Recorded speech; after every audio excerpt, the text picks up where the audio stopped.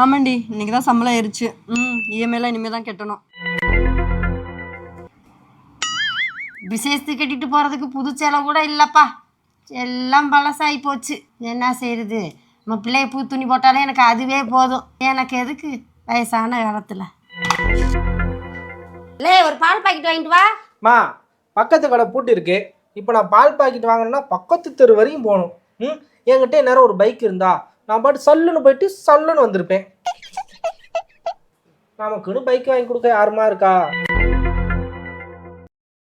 நான் ஏன் வேணும்னா வேலைக்கு போகாமல் இருக்கேன்?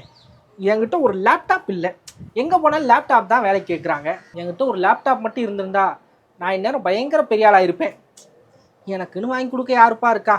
ஒரே ஆளா எல்லா வேலையும் பார்த்து உடம்பு டயர்டா இருக்கப்பா. இந்த வயசான காலத்துல எங்கேயாவது குளிர் பிரதேசத்துக்கு போய் ரெஸ்ட் எடுத்தா உடம்பு கொஞ்சம் ரிலாக்ஸா இருக்கு. நம்மளை யாரு கூட்டிட்டு போக போறேன்? காசி போற வயசுல உனக்கு குளிர் பிரதேசமா? நீ புது படம் டவுன்லோட் பண்ணி பாக்குறதுக்கு நான் உனக்கு புதுசா லேப்டாப் வாங்கி தரணும்? 3 கபோர்ட்ல முக்காவாசி ஓன் துணி மணிதே இருக்கு.